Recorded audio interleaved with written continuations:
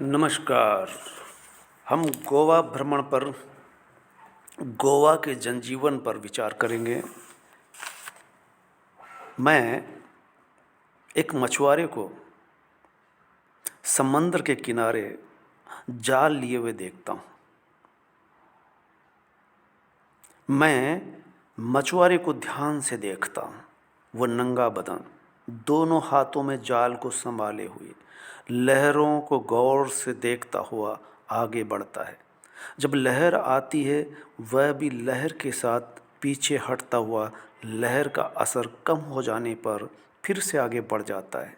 बड़ी देर के बाद वह जाल को घुमाता हुआ दूर अंदर तक फेंकता है। अब वह धीरे धीरे जाल समेटता है और 8-10 मछलियां उसके हाथ लगती है। वह उन्हें अपनी कमर में लटक रही छोटी थैली में डाल लेता है, फिर से अपने काम में लग जाता है। ये मछुआरा अपनी पुश्तैनी परंपरा को भली भांति निभा रहा है। किस लहर में कितना क्या है, वह नज़रों से देखकर भांप लेता है। ये मछुआरा परंपरा है, मछुआरा परंपरा। समंदर उनका पेट पालता है।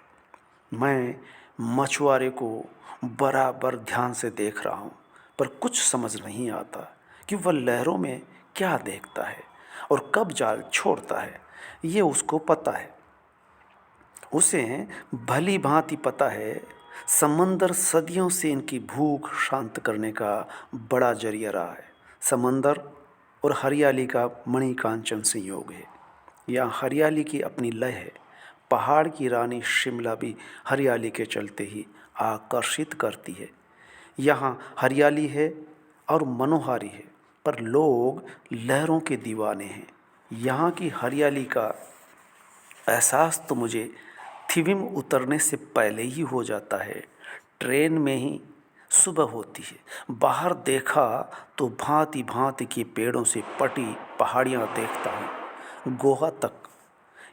गोवा तक की यात्रा में कोंकण पहाड़ियों से पटा पड़ा है। छोटे छोटे गांव, पगडंडियाँ और 10-20 बिस्वा के खेत, और खेतों में बने छोटे छोटे घर भी हरियाली से घिरे।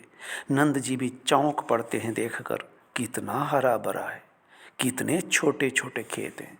हमारे बीच खेती किसानी को लेकर बहस छिड़ जाती है। इतने छोटे रकबे में क्या कुछ कर पाते होंगे वे पेड़ पौधे जो उत्तर भारत में नहीं दिखाई पड़ते हैं। इधर बरसात अधिक होती है, सो इतनी सघन हरियाली है। हम दोनों इस निष्कर्ष पर पहुंचते हैं। कोई 12 बजे उत्तरी गोवा का पहला स्टेशन आता है, थिविम। ये नया बन रहा है। हम भी यहीं उतर जाते हैं। थिविम में ही लगभग पूरी ट्रेन खाली हो जाती है। नए बन रहे प्लेटफार्म पर ढेर सारे लोग दिखाई देते हैं। लोगों का हुजूम जैसे गोवा में उमड़ा आ रहा है। हर वर्ष दुनिया और देश भर से चले आते हैं यहाँ। 2 दिन कालिंगुट रहकर मीरामार के लिए चल देते हैं। मीरामार से भक्त कवयित्री मीरा से नहीं, ईसा मसीह की माँ मेरी से हैं। लेकिन ये शब्द घिसते घिसते किस तरह से बदल जाता है। जिसे चौराहे पर ऑटो ने उतारा है, वहाँ मेरी की मूर्ति लगी है। खुला चर्च भी बना है। वहीं से 3 रोड मीरामार मोहल्ले में जाते हैं। फिर एक ऑटो वाला गेस्ट रूम दिलाने के बहाने बिठाकर आगे बढ़ता है। 2-3 गली पार कर एक मकान में ले जाता है। मकान मालिक बोला अभी खाली नहीं है। वह दूसरे का पता बताता है। फिर 3-4 गलियों में घुमाकर एक विला के सामने खड़ा कर देता है। पहले माले पर चढ़कर देखा, 2 कमरों वाला विद बालकनी जो समंदर की तरफ खुलती है। यह ड्यूक विला। किराया है 2500 प्रतिदिन, लेकिन नंद भाई उसे 2 के अंदर ले आते हैं। यह विला ठहरने के लिए बड़ा ही मुनासिब लगा। बस्ती में रहते हुए समंदर और पणजी के पास भी है। सुबह उठते ही समंदर की ओर चल पड़ते हैं। नंद जी भी साथ हो लेते हैं।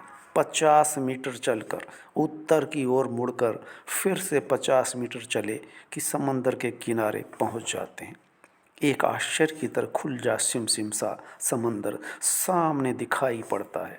समंदर के बगल में खुला आलीशान होटल का पिछवाड़ा दिखाई पड़ता है। धनवान पर्यटक ऐसा ही आवास खोजते हैं, अधिक कीमत देकर समंदर के किनारे, और कम पैसा देकर के आप समंदर से दूर आधा किलोमीटर रह सकते हैं। हम 100 मीटर अंदर रहकर वही लुत्फ़ उठा लेते हैं। मिस्टर एंड मिसेज नंद के बीच चर्चा चल पड़ती है। यही है पर्यटकीय आनंद और नज़ारे जिसे देखने के लिए हर कोई बेताब रहता है। घर में रोज़मर्रा के कार्यों में डूबे रहते हैं, उसी एक रास्ता को तोड़ना ही तो पर्यटन है। बस से गोवा घूमते हुए ही कोलवा बीच जाते हैं। एक दिन तय होता है और हम कोलवा बीच पहुंचते हैं। ये गोवा का सबसे बड़ा बीच कहा जाता है। यहाँ कोई 19 बीच है। इनमें से बागा, कालिंगुट, मीरामार और कोलवा बीच प्रमुख है। कोलवा बीच 9 किलोमीटर लंबा बताया जाता है। जहाँ तक भीड़ की बात है तो वह कालिंगुट बीच पर सबसे अधिक है। कालिंगुट अगल बगल के 2 बीचों तक फैला है। जो पर्यटक पहली बार जहाँ ठहर जाता है वह ठीक से वहीं का होकर रह जाता है। बेशक बागा बीच कालिंगुट से 19 नहीं ठहरता। इन बीचों से ही तो गोवा की इतनी शान, मान और पूंछ है। गोवा आने वाला अधिकांश पर्यटक इन्हीं बीचों के इर्द गिर्द ठहरता है। इस अर्थ में कोलवा बीच बस्ती से दूर है, भीड़ भी कम ही है। जो रौनक कालीगुट में है वैसी मीरामार हो या कोलवा बीच फीके ही लगते हैं। कोलवा बीच पर दोपहर के वक्त पहुंचना हुआ। जहां तक नज़र जाती है बीच फैला हुआ लगता है। जैसा बस गाइड ने बताया कि ये गोवा के 19 बीचों में सबसे बड़ा लंबा बीच है। सबसे अधिक आकर्षित करने वाले कालिंगुट, बागा, कोलवा और मीरामार को बताता है, लेकिन अंजना बीच का नाम उसकी जुबान पर एक बार भी नहीं आ पाता। कालिंगुट में जहाँ ठहरते हैं उसके मैनेजर बंगाली ने कुछ इस तरह जिक्र किया, आप सबसे बेहद सुंदर बीच पर हो। इसके दोनों तरफ बीच है। ये तीनों आपस में जुड़े हुए हैं। चाहे तो आप पैदल घूमते हुए वहाँ जा सकते हैं। वैसे 1.5-2 किलोमीटर के फासले पर है। इसके आगे है अंजना बीच, जिस पर जाने की हम न सलाह देते हैं और न ही हम चाहते हैं। वह गोवा का पाप है, ऐसा बताया होटल के मैनेजर ने। नंद जी अपने परिवार के साथ है सो मुस्कुरा कर रह जाते हैं। मैं भी अधिक कुछ नहीं कह पाता हूँ। इतना ज़रूर सोचा कि अवसर मिला तो अवश्य जाएंगे, लेकिन अवसर तो तब मिलता जब नंद जी का मिशन फ्लैट इन गोवा का अंत होता है। ये मिशन अंतिम दिन जब गाड़ी पकड़नी होती है थी में, उस समय तक डिसूजा मैम से फ्लैट देखने का वादा जो कर चुके होते हैं।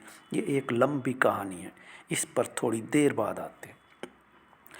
बंगाली अंजना बीच को पाप कहकर अपनी पारंपरिक सोच जतला चुका होता है।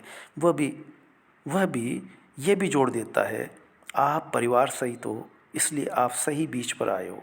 उसके कथन ने आकर्षण बढ़ा दिया था, लेकिन हम वहाँ नहीं जा सके। जब गाड़ी में सवार हो जाते हैं तब पता चलता है कि हम आधा अधूरा गोवा देखकर लौट रहे हैं।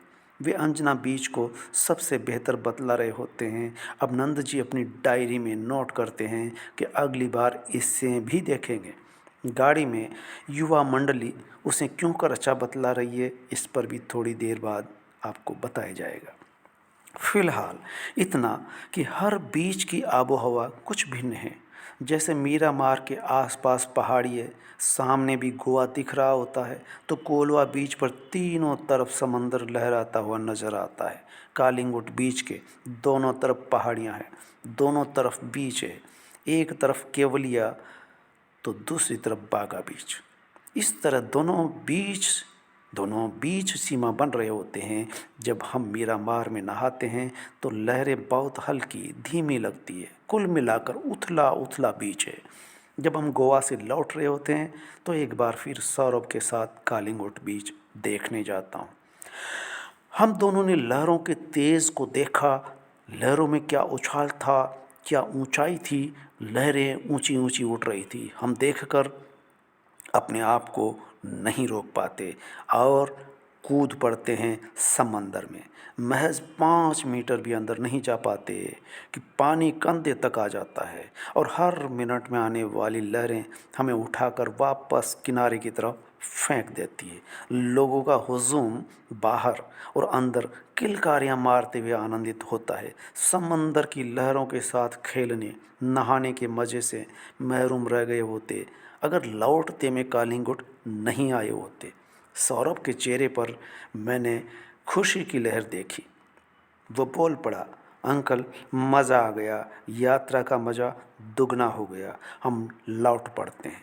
कालिंगुट बीच से अलविदा करते हुए जिस बीच से शुरुआत करते हैं उसी से समापन करते हैं। और इसी बीच हम बस से दिन भर गोवा की यात्रा करते हैं। और एक तरह से जो गाइड होता है बस का, उसकी भाषा देखिए, बी केयरफुल एंड एन्जॉय। बस को मीरा मार की गलियों में घुमाते हुए चौराहे पर लाकर खड़ी कर दिया जाता है। अब गाइड हरीश, जिसका नाम हरीश है, अब गाइड हरीश गिरी की आवाज़ सुनाई पड़ती है। गिरी छोटे से कद का है, उम्र 40, पर बोलता ऊंची आवाज़ में। सबसे पहले वह स्वयं का नाम, फिर बस नंबर G0304 बताता है। सबको हरीश गिरी का नमस्कार। सभी का भारत के पर्यटकीय प्रदेश गोवा में स्वागत है। हम आज गोवा के खास खास पॉइंटों पर जाएंगे। गोवा के मशहूर व पुराने चर्च व सबसे बड़े बीच कोलवा बीच पहुंचेंगे। हमारी यात्रा में 2 मंदिर, 2 चर्च, 2 बीच और एक खास पॉइंट जहां एक साथ 3 चीज़ें देखी जा सकेगी। फिश एक्वेरियम, सब्जी मार्केट और भूत बंगला देखने वाले हैं। टिकट 1 और चीज़ें 3। टिकट होगा मात्र 300 रुपये। टिकट एक बार लगेगा और उससे आप 3 चीज़ें देख सकेंगे।